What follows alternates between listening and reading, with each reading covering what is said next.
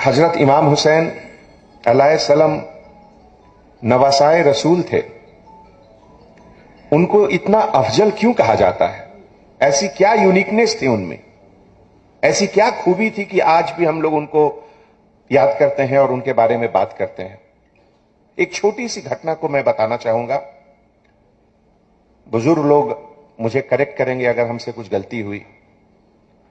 जब वो मदीना से करबला के लिए चले, याजीद ने उन्हें खत लिखकर बुलाया था और उनको एहसास था कि शायद वहां बातचीत हो।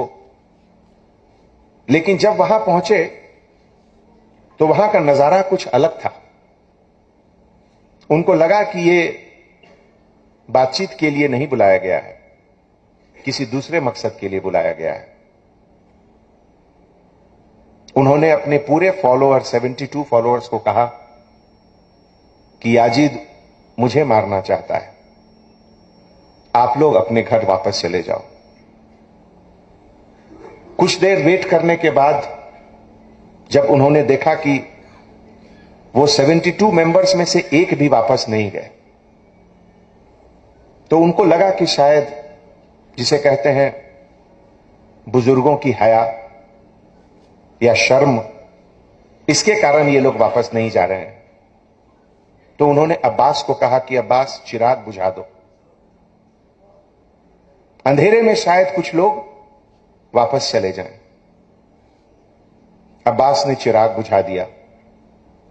कुछ समय के बाद जब दोबारा चिराग जलाया गया, गिनती बराबर थी, 72 के 72 वही थे। वफादारी, लॉयल्टी, भरोसा, इससे बड़ा और नमूना क्या पेश हो सकता है इतिहास में? जब उन लोग को मालूम है कि पूरे 72 अब मारे जाएंगे, लेकिन फिर भी उसमें से एक भी वापस नहीं गए। उसूल के लिए इंसान आते हैं जाते हैं, लेकिन उसूल ऊपर रहता है।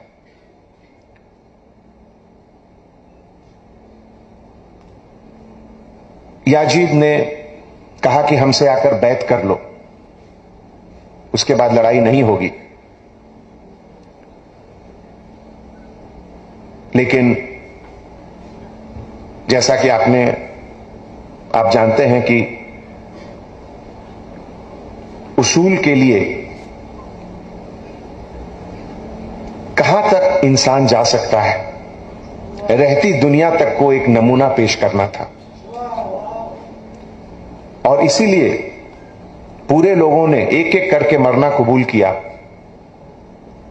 लेकिन अपने प्रिंसिपल्स, अपने वजूद, अपने उसूल पर किसी भी तरह का आंच नहीं आने दिया।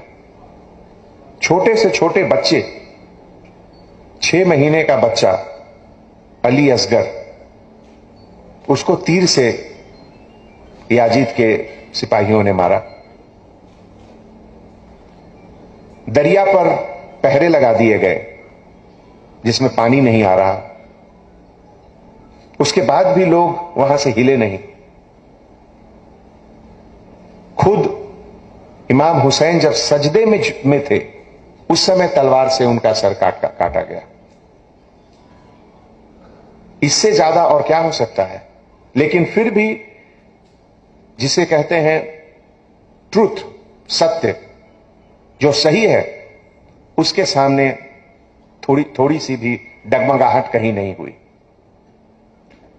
तो दोस्तों, करबला का मकसद यही है। करबला का मकसद है कि इसको लोग कहते हैं, अगर आप कोई किताब में आजकल के मॉडर्न किताब में देखिए, अंग्रेजी के किताब में, तो लिखा रहेगा कि करबला मोसूल या कोई इराक का जगह है, उसके बगल में है। कितना छोटा बना दिया जाता है उसको। करबला हमारे नजरिए में इराक से बहुत बड़ा चीज है। करबला हमारे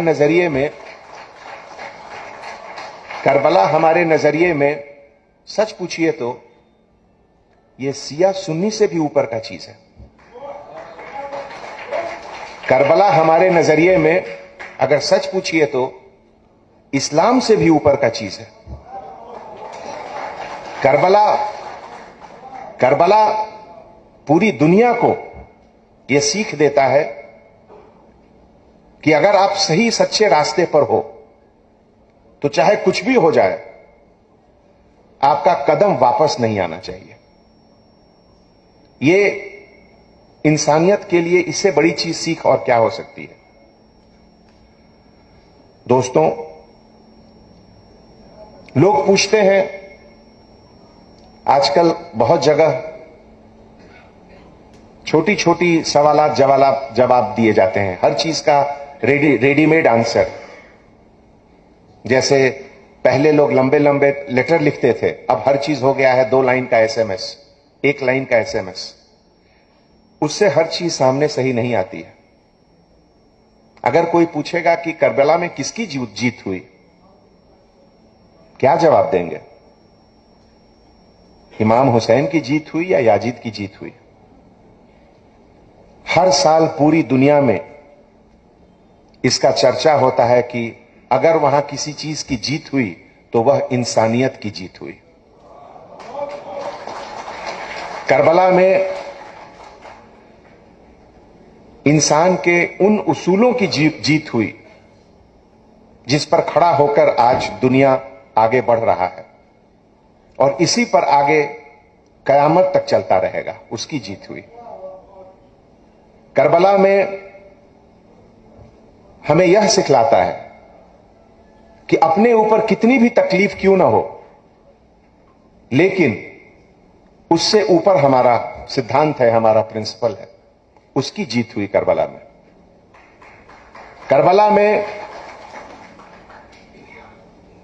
में हमें यही सीख मिलती है कि कल के अमन चैन के लिए हम आज का अपना प्रेजेंट सैक्रिफाइस कर सकते हैं, इसकी जीत हुई।